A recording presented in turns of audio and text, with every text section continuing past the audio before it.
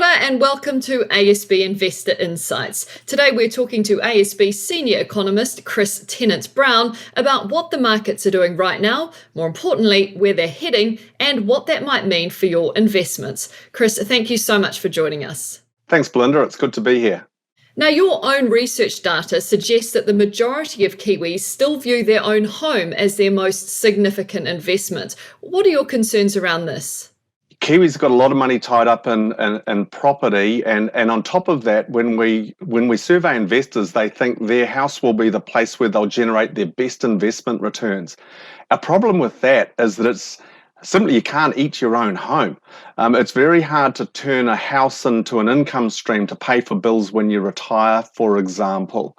So we'd like to see Kiwis being more diversified than what they are.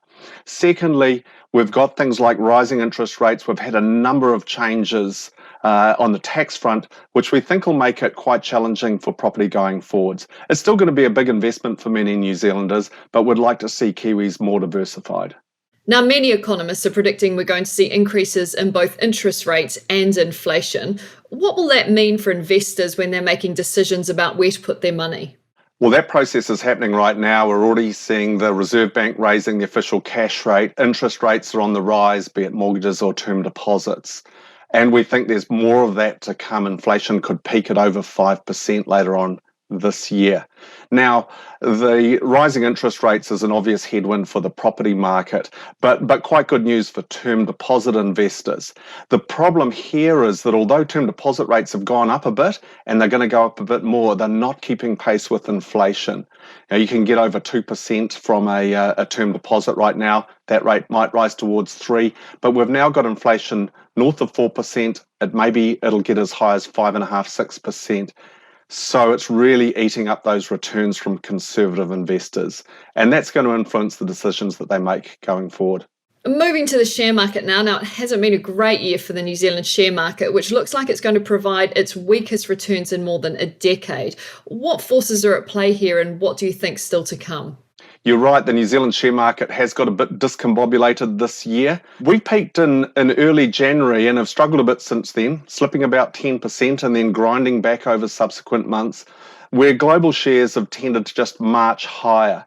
There's a couple of things I think about with this. One is we have got quite a small, eclectic share market. So as an investment thought, we tend to look at the Australasian share market as an investment universe for local investment, so people can get a bit more exposure to different companies. Secondly, within diversified investments, we tend to complement the local shares with global shares, so we can get a really wide range of share exposures. And that's what you'll see in things like the ASB Kiwisaver scheme.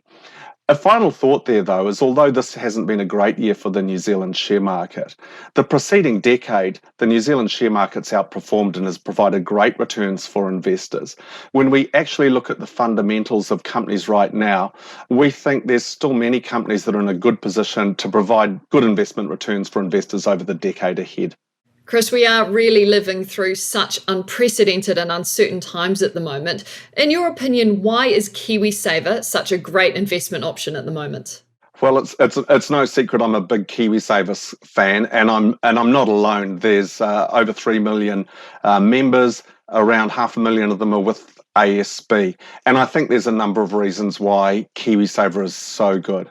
Firstly, you can get diversification away from the family home and property through Kiwisaver. In ASB's case, the ASB Kiwisaver scheme gives investors global investments with our partnership with investment giant BlackRock. So that diversification's a really big plus.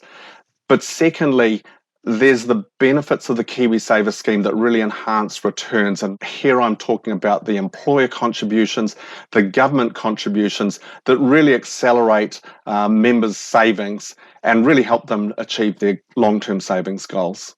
Finally, just to put you on the spot a bit, what's the most important thing that people in Kiwisaver can do? Well, that's easy. The most important thing that people can do is make sure that they're in the right fund, and then make sure they're maximising the benefits of Kiwisaver. And for anyone that's not sure about this, I just recommend they get some advice. Even if you're not with ASB, give us a call and make sure you're on track to achieve your savings goals. Some brilliant insights there. Thank you so much for your time, Chris. Thanks, Belinda. It's been nice talking with you.